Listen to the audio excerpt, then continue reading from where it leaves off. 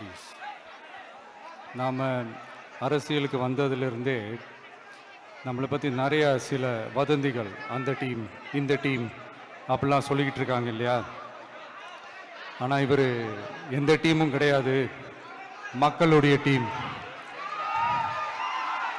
Peoples team அப்படின்னு எல்லாருக்கும் தெரிஞ்சதுக்கப்புறம் வேற என்ன அவதூறு பரப்பலாம் இவர் மேலே அப்படின்ட்டு ட்ரை பண்ணி எல்லாமே அவங்களுக்கு ஒர்க் அவுட் ஆகலை.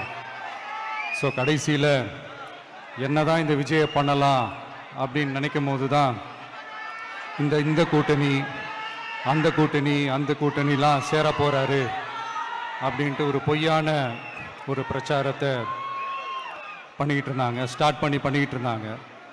இந்த நியூஸ் எல்லாம் கேட்டு நீங்கள் கொஞ்சம் கன்ஃபியூஸ் ஆகிருப்பீங்க. அதனால் இங்கே மறுபடியும் ஓப்பனாக தெளிவாக ஒரு விஷயத்தை நான் சொல்கிறேன். நாங்கள் எப்பவுமே மதச்சார்பற்ற கொள்கைன்றதில், அந்த ஸ்டாண்ட்லேயோ, மதச்சார்பற்ற சமூக நீதி என்ற அந்த நிலைப்பாட்டிலையோ எப்பவுமே சமரசம் வச்சுக்கவே மாட்டோம்.